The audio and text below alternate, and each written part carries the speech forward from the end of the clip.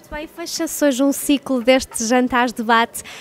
Começar por perguntar qual é o balanço que faz destas conferências, destes encontros que reuniram aqui várias individualidades.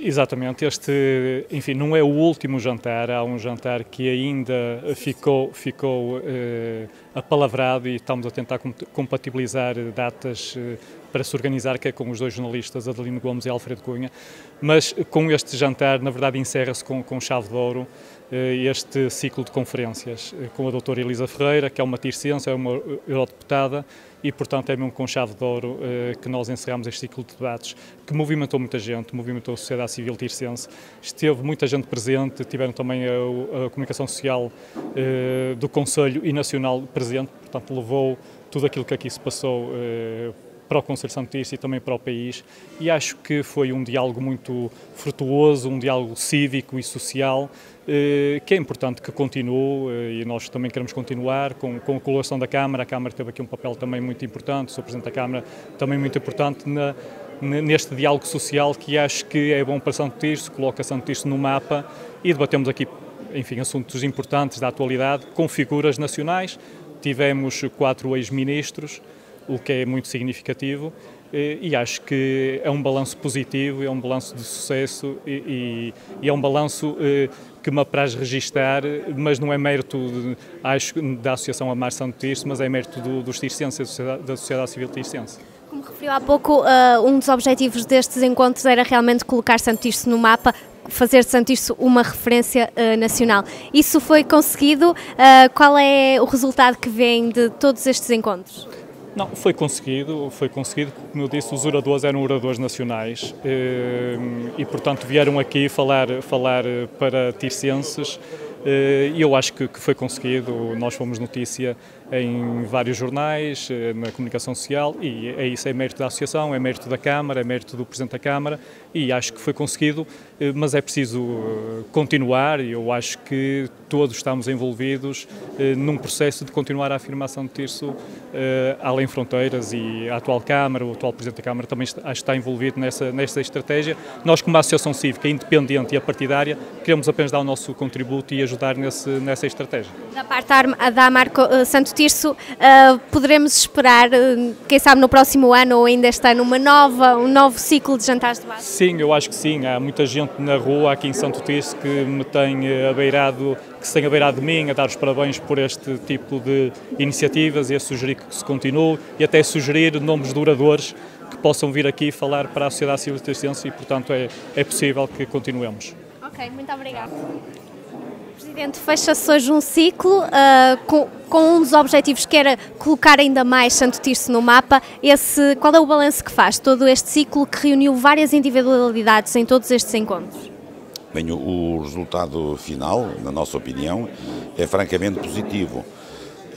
Conseguimos, por um lado, pôr a sociedade tircense a sair de casa, a participar na vida pública. Os assuntos que aqui foram versados foram os mais variados, desde questões ligadas à religião, à economia, à banca, enfim, à situação política em que o país está mergulhado. Enfim, foram muitos os temas de interesse coletivo, e esse objetivo foi plenamente conseguido. Até pela sessão de hoje, como se vê, está bem recheada de pessoas da cidade, dos mais variados quadrantes políticos e das mais variadas profissões. Portanto, quanto a isso, os objetivos são francamente positivos. O outro objetivo de promoção de Santo Tirso também acontece, ou seja, as personalidades que aqui estiveram. Hoje está a doutora Elisa Ferreira, que é uma referência nacional parlamentar europeia, com um largo currículo quer na governação, quer nas áreas ligadas ao ambiente e ligadas à economia. E só esse facto e a referência na comunicação social do que isso significa, e a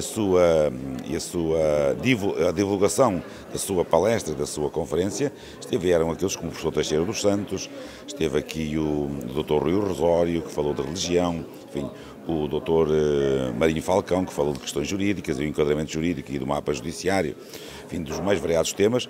Também aí, na nossa opinião, os objetivos foram conseguidos. Obviamente que todas essas personalidades farão referência na sua vida profissional, política e cívica das conferências de Santo Tirso, isso já é muito bom, mas a própria comunicação social, ao divulgar a sua presença aqui com o aprofundamento dos temas que aqui vêm tratar, também isso ajuda na divulgação da fábrica, do seu conceito criativo e do seu conceito cultural, e ajuda a divulgar o município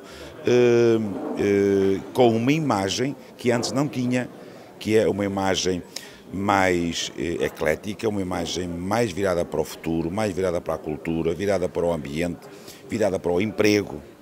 E temos muito caminho a percorrer ainda, mas pensamos que o que percorremos até aqui, este bocadinho, é francamente promissor e esperamos criar novas iniciativas, ou da Câmara ou em parceria com a sociedade civil organizada, para promover e dar continuidade a estes objetivos genéricos que eu enunciei no princípio. Fecha-se hoje um ciclo de vários jantares de debates. Esta foi uma parceria do município com a AMAR Santo Tirso. É possível vermos para o ano, ou ainda este ano, mais um ciclo destes jantares de debates? É possível que sim, depende agora da Associação AMAR Santo Tirso, depende da Câmara, depende dos calendários que temos pela frente dos eventos e das realizações e da própria agenda política do município. Insisto sempre nisso porque a Câmara Municipal, o Presidente da Câmara e os vereadores, essencialmente aqueles que têm pelouros, são gestores políticos e procuramos dar um contributo positivo à solução dos problemas do município, tentando fazer o melhor possível, da melhor maneira que podemos e sabemos, com uma entrega e com uma persistência que penso que é do domínio público, que o temos feito. Portanto, essa perseverança vamos continuá-la até ao final do mandato, porque esse é o nosso objetivo e porque essa expectativa, essa confiança foi depositada em nós nas eleições de setembro de 2013. Ok, está ótimo, Presidente. Obrigada. Bem, doutora Elisa Ferreira, estamos aqui hoje vai fechar o ciclo, digamos, destes jantares de debate. Pode antecipar um bocadinho aquilo que vai falar, um bocadinho daquilo que vai abordar aqui neste jantar de debate? Olha, antes de mais nada, eu acho que é muitíssimo interessante uma iniciativa destas, das pessoas conviverem, discutirem assim de uma forma organizada. O que me pediram para falar foi sobre a nova União Bancária e o que é que isto implica, mas eu não gostava de monopolizar a conversa e, portanto, vou tentar estabelecer um diálogo e penso, já por perguntas que me foram fazendo, que não vai ser possível evitar o assunto do dia, que é a Grécia. E, portanto, admito que haja perguntas que me orientem num sentido diferente e, portanto, eu gostava de falar um bocadinho sobre a Europa em geral e sobre estes assuntos, digamos, a Grécia, o que é que está a passar, etc., tocando o outro lado, que foi o que me pediram para tratar e não o vou evitar. Portanto, depois vou deixar que as pessoas me orientem para aquilo que acharem que é importante e queiram saber. A esse nível, na sua perspectiva, qual é a sua opinião, qual é a situação da Grécia e da Europa relativamente? Eu acho que a Europa está a passar uma fase muito má. Uma fase em que nós quase não reconhecemos aquela Europa a que nós que tomamos a decisão de aderir e que aderimos com muito entusiasmo, aquela ideia que nós tínhamos da Europa. Acho que a Europa reagiu mal a uma série de mudanças que entretanto aconteceram, de globalização, alargamento, mercados financeiros, e quando apareceu esta primeira crise a reação foi pesada, notou-se que a Europa não estava preparada para reagir.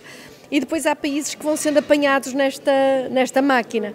E, portanto, eu acho que é, no curto prazo, absolutamente essencial resolvermos o problema da Grécia, sairmos destes impasses e deste jogo do empurra.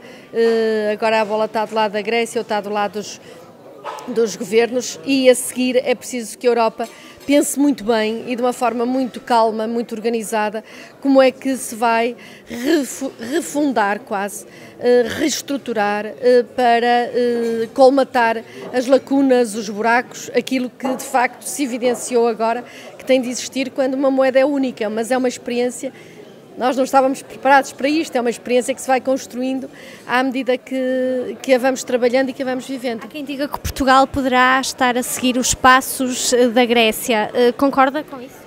Eu acho que não, eu acho que há lacunas no caso, na estrutura da União e, portanto, os países que estavam mais frágeis apanharam uma pancada muito forte. Agora, dito isso, não é bom para ninguém e também não é bom nem para Portugal, nem para a Itália, nem para a França, não é bom para ninguém a hipótese da Grécia sair do euro. Isso é totalmente errado.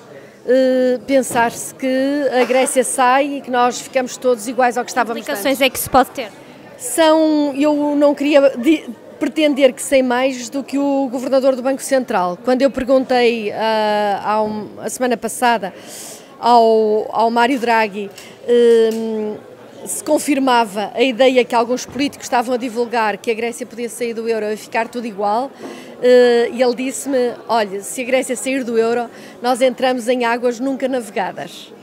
E, portanto, nós não sabemos o que é que pode acontecer a partir daí. Obviamente que os mercados financeiros que atacaram em 2010 e entre 2010 e 2011 e 2012 fizeram aqueles ataques todos, digamos, não estão a dormir, não desapareceram. E, portanto, eu acho que é perigoso, é uma primeira brecha que se abre num projeto que é muito importante para nós e para todo o mundo e que se abre por razões que eu acho que quando nós pensamos, no próximo mês ou até daqui a 5 anos e dizemos assim, a zona euro abriu uma brecha, convém sabermos explicar exatamente porquê. E estes argumentos todos de que não cumpriram e faltam 0,5 e faltam 0,2, isto resiste, isto justifica um dano desta dimensão. Portanto, é preciso fechar o assunto Grécia, mas é preciso voltar a revisitar o assunto, o que é que não está bem na União Europeia e o que é que tem de ser preenchido. Portugal, em que situação é que poderá ficar no meio disso tudo?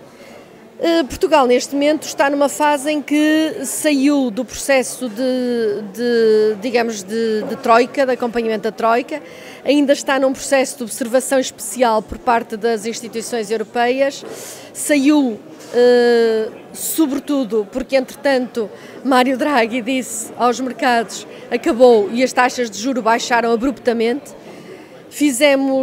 mas saímos daqui muito fragilizados.